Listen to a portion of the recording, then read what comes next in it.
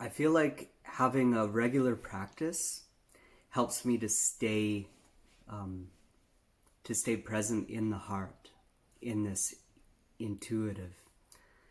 So then there's less of the question as to whether this decision I'm making, or having doubt in the decision that I'm making itself. It's good to whenever those decisions come about in one's life, it's good to just sit back and to be present. And maybe you have time to take half an hour break just to sit with that and to not think about it mentally, but actually to just feel it out, to feel what is the right thing. And this like feeling faculty becomes stronger in us the more that we can actually go into this.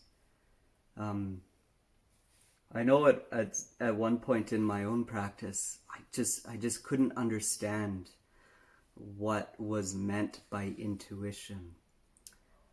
But as I went forward and as I was able to do more practice and to connect with myself at a deeper level more, and instead of like this old system of weighing the pros and cons, and it's important to just feel it out and to know that also whatever decision you're going to make is also the right thing that you have to do at the time, even though the circumstance, the end result might be unpleasant for you, or maybe even for others as well.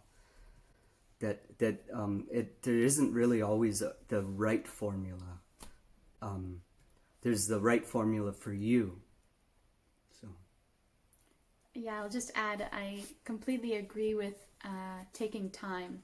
My mind often, when a decision presents itself, my mind often makes me feel like this decision needs to be made right now. When if I take a moment to breathe, I realize actually this might not need to be made for another week, or even at least another day or a month. And often in taking that space, some other things will reveal themselves that then it's very clear to my heart which way to flow.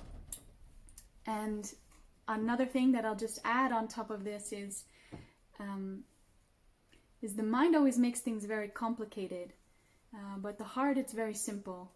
And so when we can look at decisions this way, which if it's feeling very complicated, then I'm trying to decide from here.